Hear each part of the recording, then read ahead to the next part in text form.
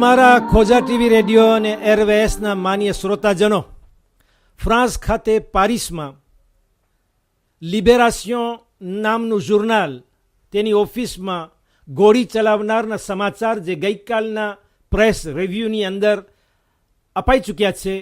Police તેની તલાશમાં છે. હજી પણ તેનો પત્તો લગાવી શકી નથી. એનો એક નવો ફોટો બહાર પાડ્યો છે, સામેનો ચહેરો બતાવતો અને બિલકુલ સ્વચ્છ ચોખ્ખો. તેના આધેયનની એનાલિઝ થઈ રહી છે અને સેંકડો ફોન આવવાથી જલ્દીથી તેનું એક ચિત્ર બનાવી તેના ઉપર હાથ લગાવવામાં આવશે એવી ઉમેદ છે.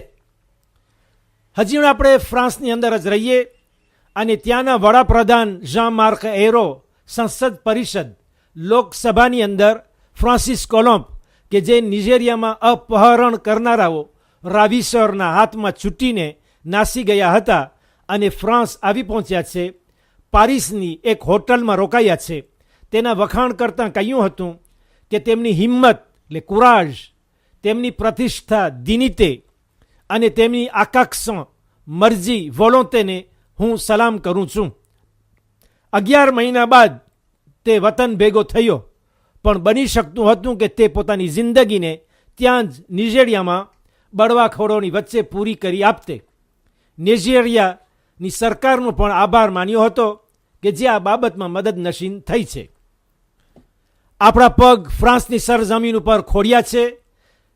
ત્યાં જ આપણે રહીએ કે એક 22 વર્ષનો નવજવાન ફ્રેન્ચ કે જેનું વજન 230 કિલો છે, 22 ans અને પોઈds છે 230 કિલો, જેને વિમાનમાં પ્લેનમાં જગ્યા મળવી મુશ્કેલ હતું. ઇંગ્લેન્ડની બ્રિટિશ એરવાઇઝ મના કરી આપી હતી. જો કે જાતી વખતે મે 2012માં એટલે ગયા વર્ષે મે મહિનામાં 2012માં તેની અંદર તેને અને તેમના મા બાપને એતાઝયુની અમેરિકા તરફ જવા અર્થે જગ્યા મળી હતી. આ વખતે વિર્જિન એરવાઇઝ તેમને અને તેમના મા બાપને ઉપાડવા કબૂલ કર્યું હતું. તેઓ લોન્દ્ર આખરે આવી પહોંચ્યા છે. ક્વીન મેરી દરિયાઈ જહાજ પણ ઇનકાર કરી આપ્યો હતો, કારણ કે આરોગ્ય સુરક્ષા અમે અપનાવી શકશું નહીં, રેઝોન de sécurité médicale. તે 230 કિલો જવાનનું કહેવું છે, le jeune de 230 કિલો, કે 10 મેટર 10 મેત્રથી વધુ ચાલી શકે એમ નથી. જ્યારે કે તેને એરપોર્ટ ઉપર બહુ જ ચાલવું પડ્યું. જો કે તેની બેઠક એક મોટર ખુરશી ઉપર હતી, જેમાં ઓક્સિજન અને સર્વેલન્સ મેડિકલ તબીબી દેખરેખ હેઠળ આ સફર થઈ રહી હતી. પણ જ્યારે તેને પૂછવામાં આવ્યું તો તેણે કહ્યું જવાબમાં કે મારી સફર બહુ જ ભયંકર અને ભયંકર હતી. 3 વખત એમ કહ્યું. તેને બેસવામાં બહુ જ તકલીફ પડી રહી હતી. હજી આ ફ્રાન્સના એક નવીન રહી ગયા છે જે તમને સોંપું છું. બરતરફી એટલે ઉપેક્ષા, ગરીબી અને દુરુપયોગ, ગેર અને બદવર્તાવ એટલે એક્સક્લુઝન, પોવ્રતે, માલટ્રેટન્સ, બચ્ચાના અધિકારોની અવગણના થઈ રહી છે. les droits de l'enfant mis à mal. UNICEF જે ONUની એક શાખા છે કે જે બચ્ચાઓના હક અધિકારોનો બચાવ અને રક્ષણ કરે છે, ગઈકાલ જાહેર કર્યું હતું યુનિસેફે કે ફ્રાન્સની અંદર 6 બાળકોમાંથી એક બાળક ઉપેક્ષા, બેદરકારી એટલે કે એક્સક્લુઝન, બરતરફીની પરિસ્થિતિ ભોગવે છે. દરરોજના 2 બચ્ચાઓ ફ્રાન્સમાં મરણ પામે છે, જેનું મુખ્ય કારણ હોય છે તેમના ઉપર કરવામાં આવેલું હિંસા કે જેને વિયોલન્સ કહેવાય છે, કે જે મોટા માણસો ઉંમરલાયકો વતી કરાવાય છે, ખાસ કરીને તેના માવિત્રો વતી હોય છે. ગેર અને બદવર્તાવ, માલટ્રેટન્સ નો અર્થ એ નથી કે તેમને મારવા કૂટવામાં આવે. ફક્ત શારીરિક હિંસા વિયોલન્સ નથી, બલકે તે મનતિક વિયોલન્સ પણ છે. અપમાન અને હલકો વર્તાવ પણ આવી જાય છે. ગરીબી લોકો માણસોની વચ્ચે સમાવેશ થવામાં બહુ જ ગાજે છે, એટલે રૂકાવટ બને છે. La pauvreté retentit très profondément sur l'intégration. સમાજમાં જગ્યા મળવી ગરીબો માટે બહુ જ મુશ્કેલ હોય છે. અને બરતરફી, ઉપેક્ષા કાયમી છે, એટલે કે l'exclusion est pérenne. બચ્ચાઓ વાસ્તે એક ખાસ મિનિસ્ટરની પ્રધાનની જરૂર છે કે જે બચ્ચાઓની હિફાજત અને હક અધિકારો માટે એક પ્રધાન નીમવામાં આવે. બચ્ચાઓનું રક્ષણ કરનાર 10 દરખાસ્ત પ્રસ્તાવના દેશના પ્રમુખ ફ્રાન્સવા હોલાન્ડને સોંપશે અને માંગણી કરશે કે ન્યાય ખાતું જસ્ટિસ ઇન્સાફ આપનાર ખાતું બચ્ચાઓનો અવાજ સાંભળે. ખાસ કરીને જ્યારે મા બાપના છૂટાછેડા થતા હોય, ડિવોર્સ કે તલાક અપાતી હોય, બચ્ચાઓને બોલવાની તક આપવી જોઈએ. એનું દુઃખ સાંભળવું ઘટે છે, જે બહુ જ ખામી જણાય છે અને તેના વિશે તેમના તરફથી, બચ્ચાઓ તરફથી અથવા માવિત્રો તરફથી ઘણી ફરિયાદો આવી રહી છે. હવે આપણે ફ્રાન્સથી ઓસ્ટ્રેલિયા તરફ ઠેક મારીએ. હવે ઓશિયન પેસિફિકમાં આવીએ. ઓસ્ટ્રેલિયા અને ઇન્ડોનેશિયાના પ્રમુખનો ફોન સાંભળવાનો પ્રયાસ કર્યો હતો. ગઈકાલ એકબીજાની વાતચીતમાં થોડી કડવાશ જણાતી હતી.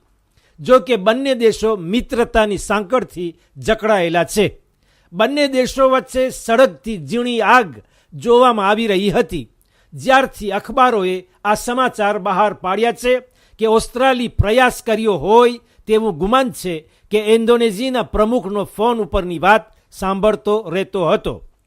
ઇન્ડોનેશિયાના એલચી એમ્બેસેડર જ્યારે વહેલી સવારે ઓસ્ટ્રેલિયામાં પ્લેન લઈ રહ્યા હતા જકાર્તા ઇન્ડોનેશિયાની સફર અર્થે, જ્યારે કે તેમને તે અગાઉ પહેલાં ઓસ્ટ્રેલિયાની સરકાર પૂછપરછ માટે ઓફિસમાં બોલાવી ચૂકી હતી. તે જ સમયે વહેલી સવારે ઇન્ડોનેશિયાના પ્રમુખ જણાવતા હતા કે બંને દેશો ઓસ્ટ્રેલિયા અને ઇન્ડોનેશિયા વચ્ચેના સંબંધોને ફરી એક વખત તપાસવા પડશે. જ્યારે કે ઓસ્ટ્રેલિયા તરફથી દિલને આઘાત પહોંચાડનાર આ બાબત બની ગઈ છે. અમેરિકા એટલે યુએસએ, એતાઝયુની અને ઓસ્ટ્રેલિયા બંને સાથે મળીને ફોન પોર્ટેબલ ઉપર થતી વાતો સાંભળી રહ્યા હતા, જે બહુ જ અફસોસજનક છે અને ધક્કો પહોંચાડી શકે છે. જકાર્તા ઓસ્ટ્રેલિયા તરફથી મદદનો સૌપ્રથમ લાભ ઉઠાવનાર છે અને બંને દેશો ઓસ્ટ્રેલિયા અને ઇન્ડોનેશિયા એકબીજાને સહાય કરી રહ્યા છે ત્રાસવાદી આતંકવાદીની વિરુદ્ધ જંગ લડવામાં, એટલે ટેરોરિઝમની સામે. જ્યારથી કે બાલી ખાતે ઇન્ડોનેશિયામાં 2002ની સાલમાં 2002માં હુમલાની અંદર 202 પર્સન માર્યા ગયા હતા, જેની અંદર વધુ પ્રમાણમાં ઓસ્ટ્રેલિયા વાસીઓ હતા. હવે આપણે ઓસ્ટ્રેલિયા છોડી અને અમેરિક દી સુદ મેક્સિકમાં આવીએ.